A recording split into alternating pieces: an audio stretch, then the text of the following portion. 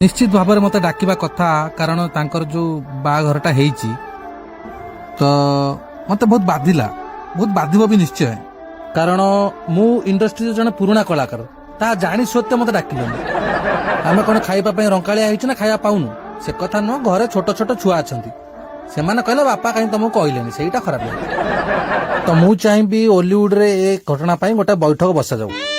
सबु मीडिया भाई मानू मोर नमस्कार मु किसी गुरुत्वपूर्ण तथ्य रखा चाहूँगी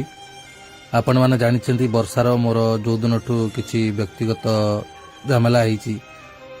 से दिन वर्षा टी रोषेबास करूनी तो मत खाइबा टे प्रोब्लेम हो तो मु भावुली सभ्य अर्चिता मैरेज रे मते इनवाइट करेंगे आउ गोटे बन साथी करी खाइक आसबि किंतु से माने सेमिति कलेनी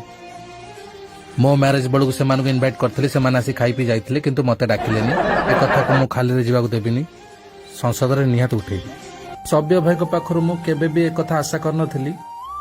सेमिति रे भी मु एते तेल मसला खाऊनी कारण डाइट मेंटेन करची दुख तो लागिला कारण मु जाइथिले खीरी टे खाइतांती मु आशा करूची कि एमिति आगो केही न करंतु समस्त समस्त को इनवाइट करंतु आ जदियो बा हेइची गोटे बैठक बसिया दरकार आपण बाहागर है कि आपण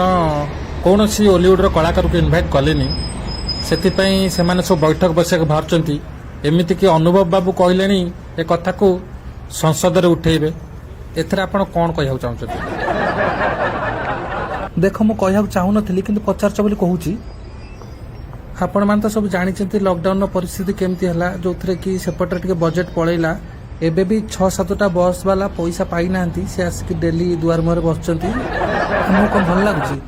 किंतु कौन करिया पैसा शॉर्टेज पे आको करिया पड़िला आ अनध्य करंतु नहीं आमे दबु फिस्ट दबु किंतु पुओ 21 बेल को बापा बागर आ पुओ 21 फिस्ट मिसेकी दे दबु।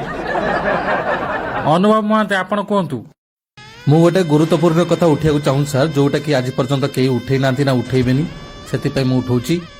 मोर कहयार कथा एतिकी जे ओडिया इंडस्ट्री रे जो मैरिज होउची एबेकार जो मैरिज होउची हम सीनियर मानु के डाकू नांती कोन पे डाकू नांती आमे कोन नियर मुतिचु आपण को एई कथा कहया मागी जाइतला सर एटा गुरुत्वपूर्ण कथा से बाळ कथा हम सुने दरकार नहीं।